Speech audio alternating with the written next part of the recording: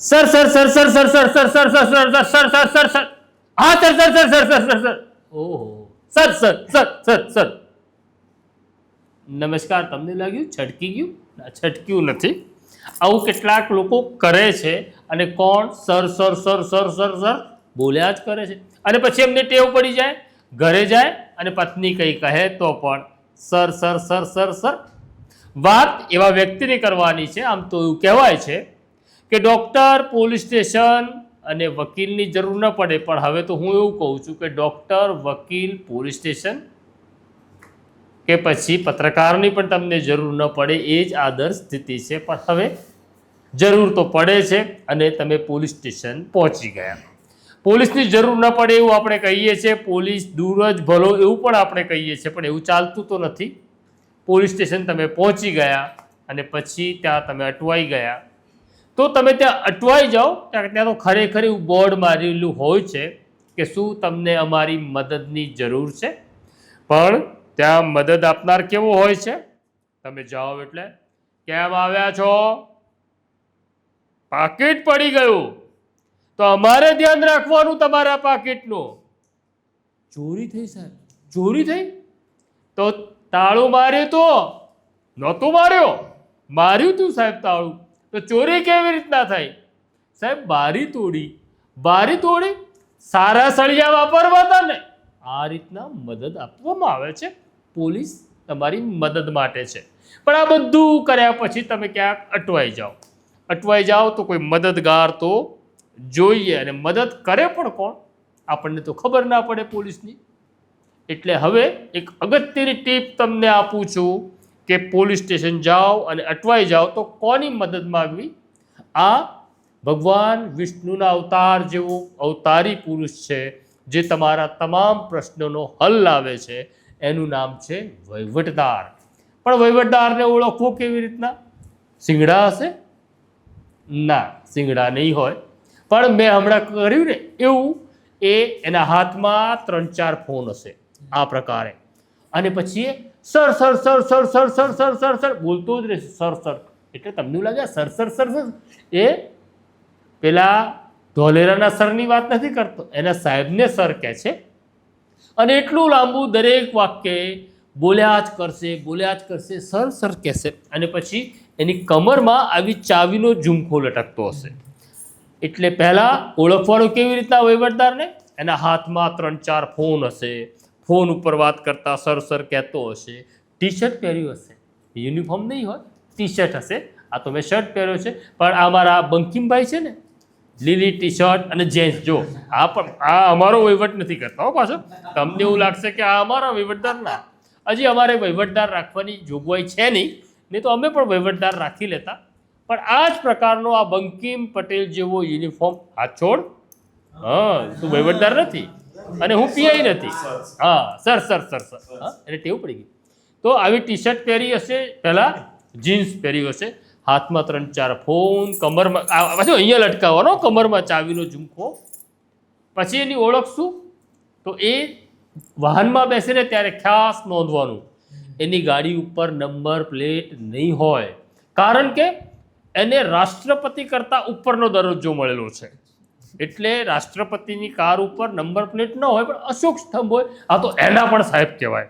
એટલે number plate નહીં હોય અને કાળી એમની જે કાચ હશે ને એના ઉપર કાળી ફિલ્મ હશે. એ કાયદાથી પર છે. કેમ કાળા કાચ લગાડ્યા? તો સાહેબ અંદર ધંધા જેવા કરવા પડે આપણે, તો કાચ તો લગાડવો પડે. પછી કહેશે અમે આરોપી પકડવા જઈએ છીએ ને, એટલે આરોપી ઓળખી ના જાય માટે નંબર નથી લગાડતા, કાળી પ્લેટ લગાડી. આપણે માની લેવાનું સાચું, કારણ કે વહીવટદાર છો. આઈપીએસ કરતાં પણ પાવરફુલ છે, કારણ કે આઈપીએસને એ નક્કી કરે છે.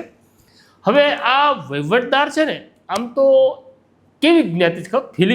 ફિનિક્સ પક્ષી જેવી ને. ફિનિક્સ પક્ષી એવું હોય ને, એ આમ રાખ થઈ જાય ને એમાંથી પાછું ઊભું થઈ જાય. એટલે કોઈક વખત એવું થાય કે ડીજીપીને સપનું આવે, પોલીસ કમિશનરને સપનું આવે કે વહીવટદારનો આતંક વધ્યો છે, એટલે બધા વહીવટદારને જિલ્લા બદલી કરી નાખે.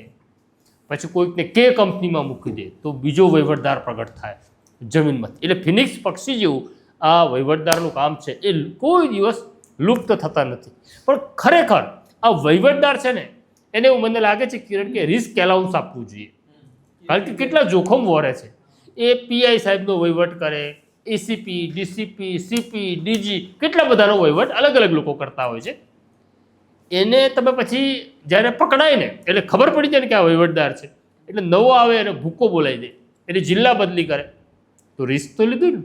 ત્યારે એવું નથી કહેતો કે હું ડીસીપીનો વહીવટ કરતો હતો, પટેલ સાહેબનો વહીવટ કરતો હતો, છગનભાઈનો વહીવટ નથી. અને પેલાય બોલતા નથી, પેલાય મીંઢા જો પાછા વહીવટદારના સાહેબ બોલે નહીં કે આ મારો વહીવટદાર તો રહેવા દો. પૈસા આવે ને ત્યારે મજા પડે. અરે વહીવટદાર ભરાય તો કે આ અમારો નહીં. પણ તો એટલે માટે હું કહું છું, સરકારે છે ને હર્ષભાઈને કહેવું છે, આ વહીવટદારોને રિસ્ક એલાઉન્સ એટીએસ વાળાને આલે જ છે ને, એટીએસને આપે જ જોખમ વરોણ. તો આ જોખમી કામ છે વહીવટદાર હોવું, બધાને ફાવે નહીં. અહીંયા વહીવટદાર કહેવાય અને સુરતની અંદર કેશિયર કહેવાય. કેશિયર બેંકમાં હોય ને, કારણ કે આનું કામ છે ને બંદૂક ચલાવવાનું નથી, રૂપિયા જ ગણવાનું. એટલે આ સુરતવાળા એક્ઝેક્ટ શબ્દો શોધે કે આ કેશિયર છે. હા, અને પછી કેશિયર માટે ટેન્ડર ભરાય, બરાબર, કયો કેશિયર વધારે પૈસા ગણી આપે. ઓનલાઈન પણ, ઓનલાઈન હવે કેટલાક લોકો લે છે, મને ખાનગીમાં એવા સમાચાર મળ્યા છે. હવે આઈપીએસ અધિકારી ઓનલાઈન પણ લેવા લાગે છે, પહેલાં નહોતા લેતા. સામાન્ય રીતે આ બધું છે ને વ્હાઇટની જ એન્ટ્રી છે. આ પૈસો કોઈ દિવસ કાળો ના હોય, કોઈ પણ પૈસો હોય ને એ સફેદ જ હોય. એટલે આપણે એમાં કાળા ધોળામાં નહીં પડવું, કારણ કે પૈસો તો ગમે જ છે ને આપણને. હે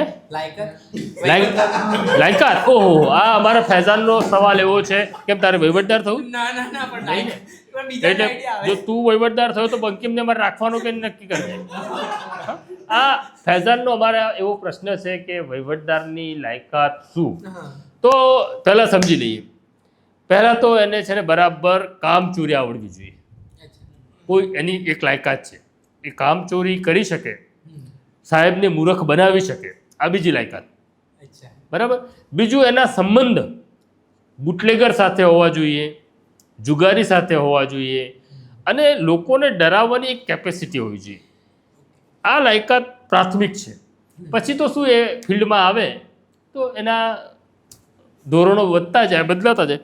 આ મને એવું લાગે છે પાછા કોઈ આઈપીએસ મને ફોન કરે છે, sir sir sir sir sir sir sir sir sir sir sir okay sir, મૂકી દીધું. તો આવી રીતે વચ્ચે વચ્ચે પાછા વહીવટદારને ફોન આવ્યા કરે.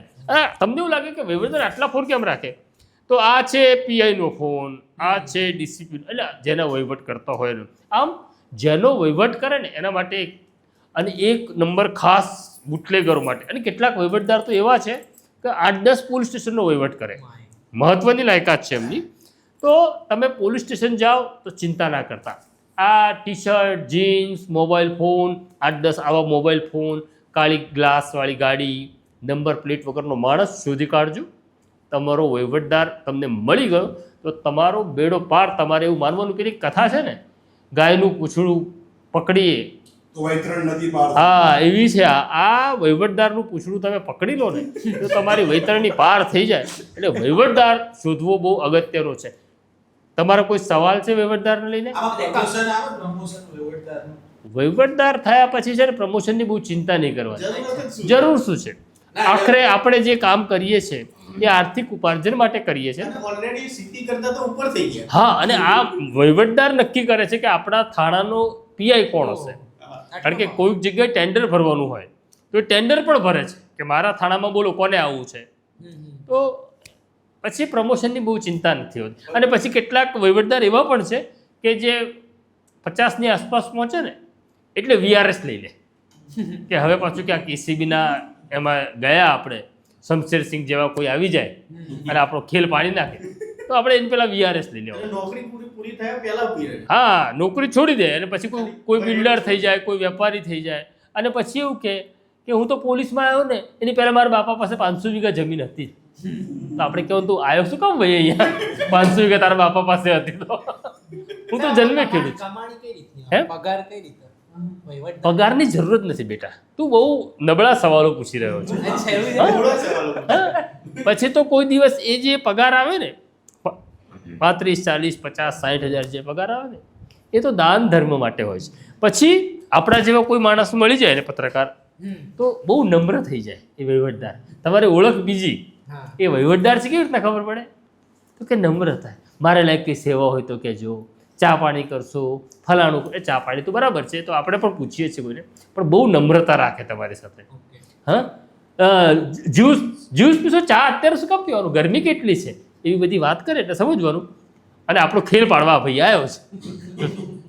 બરાબર, એટલે એમાં આ પ્રકારની પ્રવૃત્તિ ચાલ્યા કરે. પત્રકાર સાથે કેવો હોય? હું એ જ કહું, બહુ સારો. આમ તો ઘણી વખત સિક્કાની બે બાજુ હોય છે, બંનેને એકબીજાની દુશ્મની.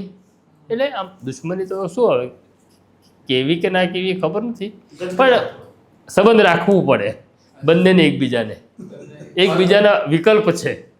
બરાબર છે. અને કેટલાક તો તમને જો સારો વહીવટદાર સાથે તમારી દોસ્તી થઈ ગઈ તો તમારી જિંદગી પણ તારી આપે. હા, એની ક્ષમતા તમારી જિંદગી તારી આપે. 2-4 ભવનું તો તમને વ્યવસ્થા કરી જ આપે. હા, એક ભવની નહીં, 2-4 ભવની. કોઈ પ્રામાણિક નાનો માણસ આવ્યો જે વહીવટદારને ભારે પડે ભાઈ? આપણા દેશની અંદર પ્રમાણિકતા છે ને, જરા આ એક અલગ બીમારી છે. મને એવું લાગે છે કે આ બીમારીની અત્યારે આપણે ચર્ચા ના કરવી જોઈએ. ઉપરથી વહીવટદાર ભારે પડી જાય. હા, વહીવટદાર એને ભારે પડે. હા, એટલે એનામાં ક્ષમતા પોલીસને ડરાવવાની પણ હોય. કોને? વહીવટદાર.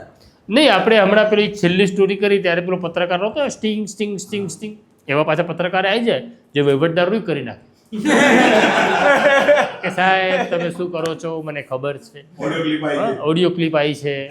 બરાબર, તો વહીવટદારનો ખેલ કોઈક દિવસ પડે. પણ એટલા માટે કહું છું, બહુ બધું કામ કરે છે.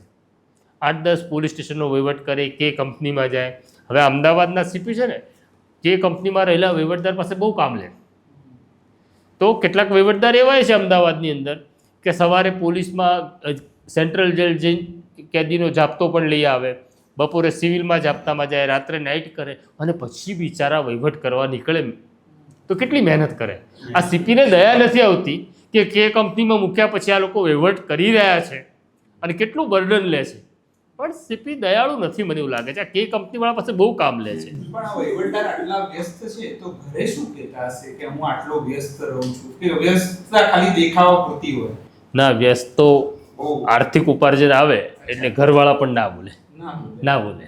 હા, કારણ કે આપણે ચાની લારીએ પીતા હતા, પછી સીધા સીસીડીમાં દેખાવા લાગીએ તો પછી એ તો ચાલે. આવું બધું તો એને ખાલી વહીવટદારને નહીં, આપણે ત્યાં ચાલે. સીસીડીમાં જવા મળતું હોય રોજ. કયા પેલા મને તો નામે નથી આવડતા, પેલા કોફીના નામ શું છે? નહીં, આ તો બધા બારિસ્ટા, સ્ટારબક્સ, એવા બધા. હા, સ્ટારબક્સ. હા, તો આ બહુ મોંઘી કોફીઓ છે. પોલીસને આ બહેરામપુરાની વાત નથી, ત્યાં સ્ટારબક્સ નથી, આ બાજુની વાત. સાહેબ, વહીવટદારોમાં જાતિવાદનું કેવું ફેક્ટર રહેતું હોય છે? કેમ કે એ પણ એક કારણભૂત રહેતું હોય છે.